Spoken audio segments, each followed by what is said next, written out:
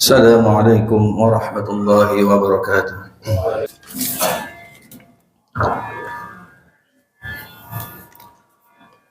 Innal hamdalillah nahmaduhu wa nasta'inuhu wa nastaghfiruh wa na'udzu billahi min shururi anfusina wa min sayyiati a'malina. Man yahdihillahu fala mudilla lahu wa man yudlil fala hadiya lahu. Ashhadu an la ilaha illallah wahdahu la syarika lahu wa ashhadu anna Muhammadan abduhu wa rasuluh. Allahumma salli wa sallim ala nabiyyina Muhammadin wa ala alihi wa sahbihi wa man tabi'ahum bi ihsanin ila yaumil qiyamah. Ya ayyuhan nas, usikum wa iyaya bitaqwallah faqad fazal muttaqun. Wa qala ta'ala, ya ayyuhalladzina amanu taqullaha haqqa tuqatih wa la tamutunna illa wa antum muslimun. Wa qala aydan, wa nunazzilu minal qur'ani ma huwa shifaa'un wa rahmatun lil mu'minin. Rabbi shrah sadri wa yassir li amri wahlul 'uqdatam min lisani yafqahu qawli, amma ba'd. Hadirin sidang Jumat yang dimuliakan Allah Subhanahu wa taala.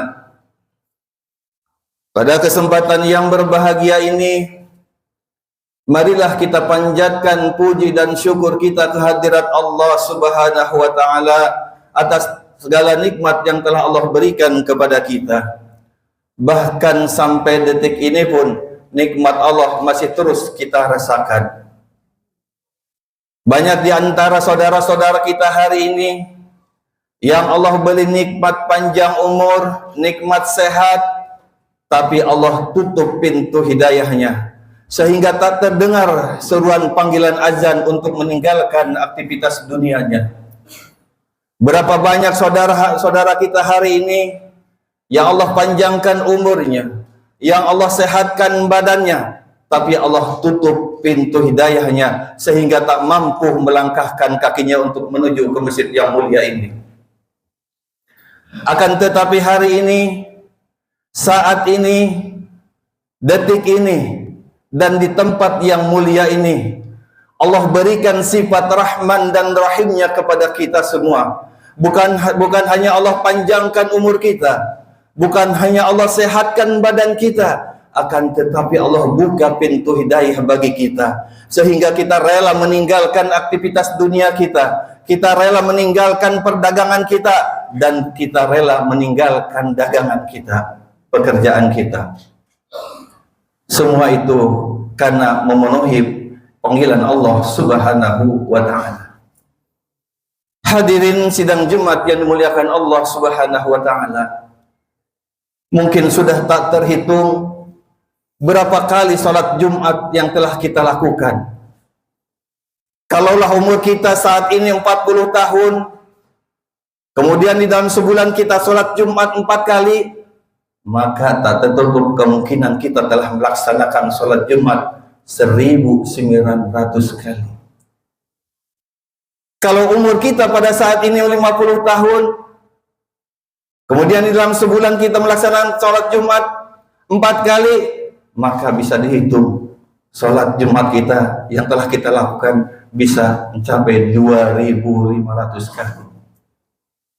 Hadirin jamaah yang berbahagia, ada pesan terindah dari sejak zaman Nabi Muhammad sallallahu alaihi wasallam, yaitu menitipkan pesan di setiap khutbahnya untuk senantiasa meningkatkan takwa kita kepada Allah Subhanahu wa taala.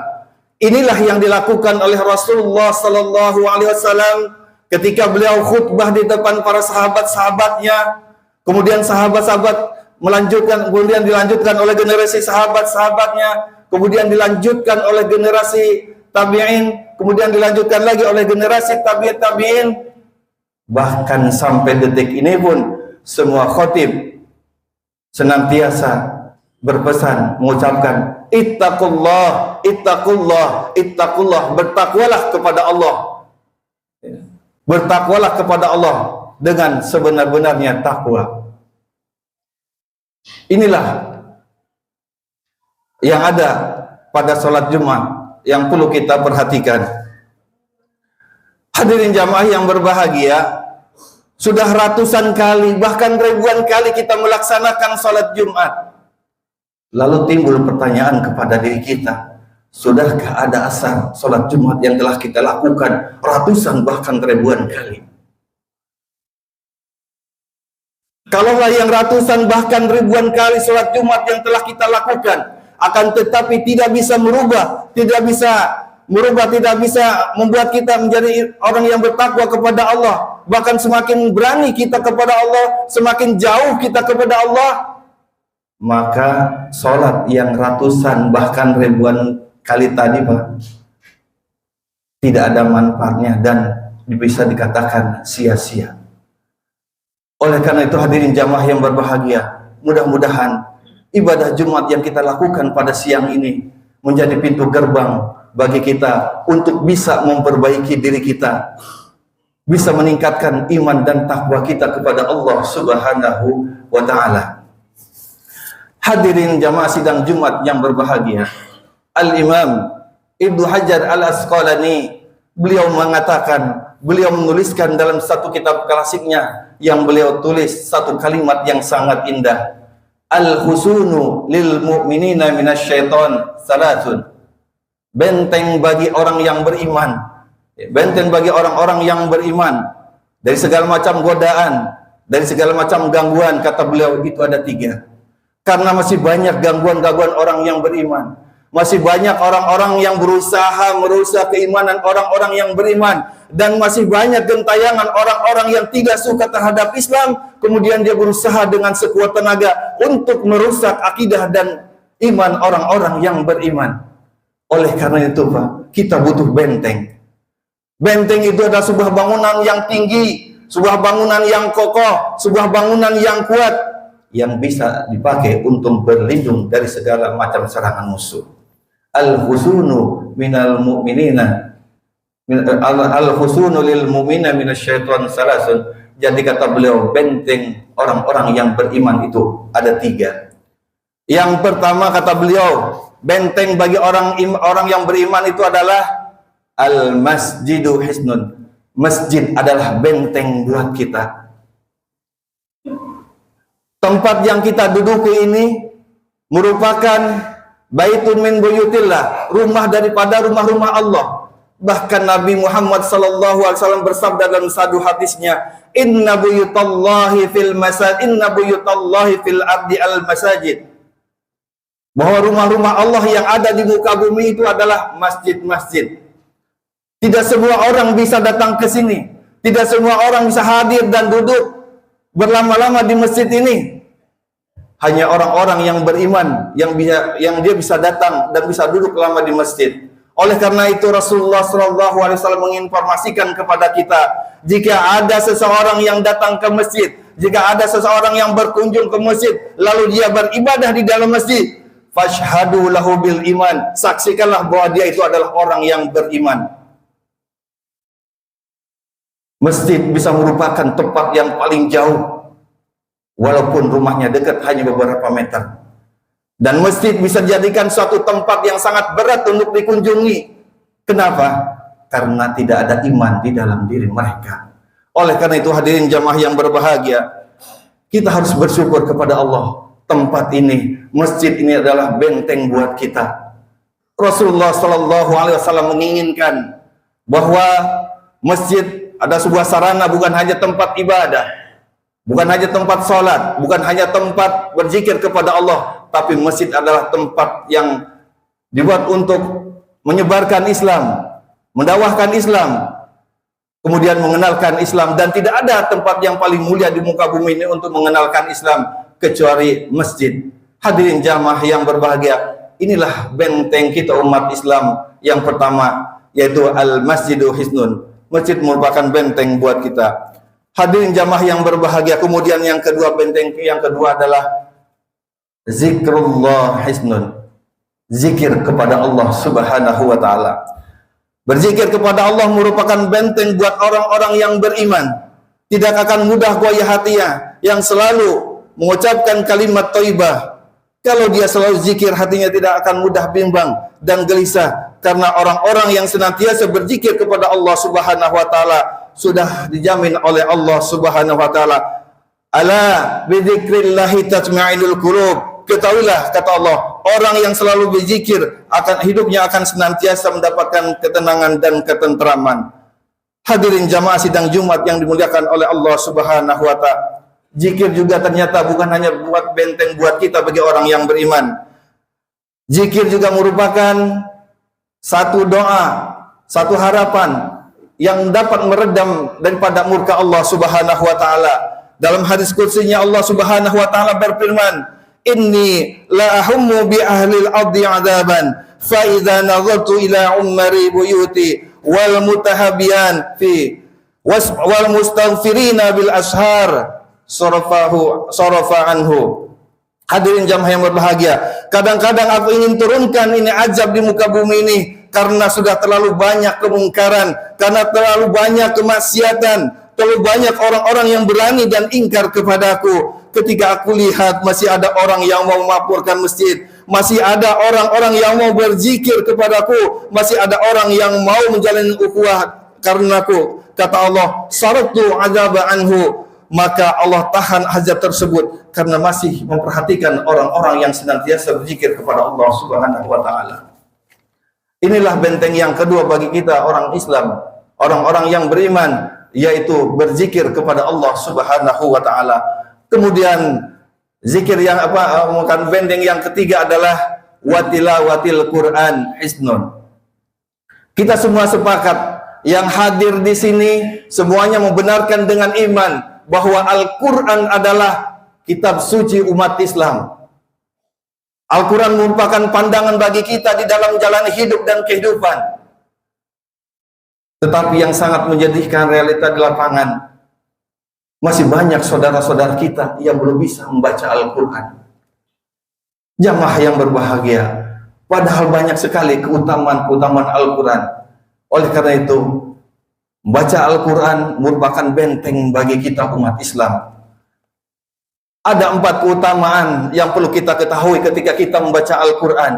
Yang pertama adalah Al-Quran akan memberikan syafaat di hari kiamat nanti bagi para pembacanya. Iqra'ul Quran fa innahu yati yaumal qiyamati syafi'an li ashabi. Bacalah Al-Quran karena kelak pada hari kiamat ia akan datang memberikan syafaat kepada para pembacanya. Kemudian keutamaan yang kedua, sebagaimana yang diriwayatkan oleh At-Tirmizi, Nabi bersabda, man qara'a harfan min kitabillah falahu bihi hasanah wal hasanatu bi asyri amsariha la aqulu alif lam mim harfun walakin harfun wala mimun harfun. Barang siapa membaca satu huruf saja dari Al-Quran, maka dia akan mendapatkan satu pahala kebaikan, sedangkan satu kebaikan dibalas 10 kali lipat. La aqulu alif lam mim harfun. Aku tidak mengatakan alif lam mim satu huruf, tapi alif satu huruf, lam satu huruf, dan mim satu huruf. Bayangkan kalau kita membaca satu hari satu halaman berapa huruf, kemudian dilipat gandakan lagi. Artinya ketika kita tidak membaca Al-Quran, maka kita kehilangan begitu besar kebaikan dari Allah Subhanahu wa ta'ala. Kemudian keutamaan yang ketiga, membaca Al-Quran termasuk jenis ibadah yang paling utama. Rasulullah sallallahu alaihi wasallam bersabda, "Afdalu ibadati ummati qiraatil Quran." Ibadah umatku yang paling utama adalah membaca Al-Quran. Kemudian keutamaan yang terakhir adalah khairukum man ta'allama al-Qur'ana wa 'allamah. Sebaik-baik manusia, sebaik-baik di antara kalian adalah orang yang belajar Al-Quran kemudian mengajarkannya. Hadirin jamaah sidang Jumat yang dimuliakan Allah Subhanahu wa taala. Inilah 3 benteng yang perlu kita ketahui. Yang pertama adalah masjid kita jadikan benteng, bahwa di masjid tempat syiar Islam, di masjid tempat pengajaran Islam. Oleh karena itu barang siapa ingin menambah keilmuan, silahkan bisa datang ke masjid dimanapun dia berada, termasuk di Masjid Nur Saada. Ada banyak ustadz di Masjid Nurul Sa'adah, ada kajian fikih, akidah, akhlak dan lain sebagainya. Kemudian yang menjadi benteng bagi kita yang kedua adalah zikir. Orang yang senantiasa berzikir, insya Allah hatinya akan berikan ketenangan dan ketenteraman oleh Allah Subhanahu wa Ta'ala. Tapi sebaliknya, ketika orang itu jauh dari zikir, maka kebingungan dan gelisah atau galau yang ia akan alami. Kemudian yang terakhir, benteng bagi kita umat Islam adalah membaca Al-Quran. Hadirin jamaah yang berbahagia, ini saja yang dapat kami sampaikan. Mohon maaf bila ada kata yang salah dari saya, yang salah datangnya dari saya dan yang benar datangnya dari Allah Subhanahu wa Ta'ala. Barakallahu wa lakum fil Qur'anil azim wa dafa'ani wa iyyakum bima fihi minal ayati wa dzikril hakim wa taqabbala minni wa minkum tilawatahu innahu was-sami'ul alim wa qur rabbighfir warham wa anta khairur rahimin.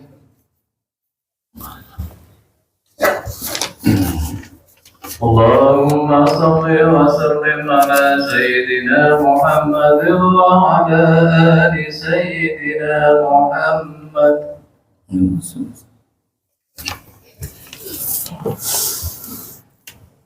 Alhamdulillahilladzi amarna bil ittihai wal ittisami bihablillahil matin. Asyhadu an la ilaha illallah wahdahu la syarika lah. Iyyahu na'budu wa iyyahu nasta'in. Wa asyhadu anna Muhammadan 'abduhu wa rasuluhul mab'utsu rahmatan lil alamin. Wa qala 'azza wa jalla wa nunazzilu minal qur'ani ma huwa shifaa'un wa rahmatun lil mu'minin. Allahumma salli ala Sayyidina Muhammad wa ala ali Sayyidina Muhammad.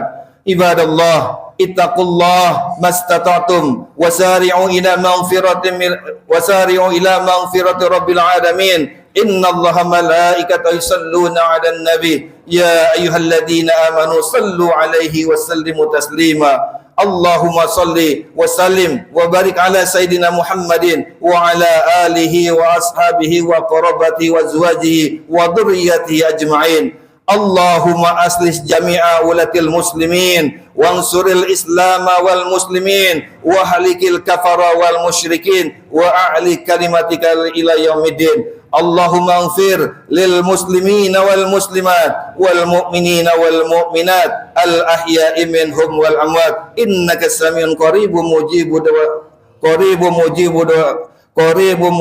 da'wat wa ya qadiyal hajat. Rabbana atina fid dunya hasanah wa fil akhirati hasanah wa qina adzaban nar. Ibadallah, innallaha ya'murukum bil adli wal ihsani wa ita'i dzil qurba wa yanha 'anil fahsya'i wal munkar wal baghi ya'idzukum la'allakum tadhakkarun. Fadhkurullahal 'azima yadhkurkum washkuruhu 'ala ni'amihi yazidkum wa dzikrullahi akbar. Aqimis shalah.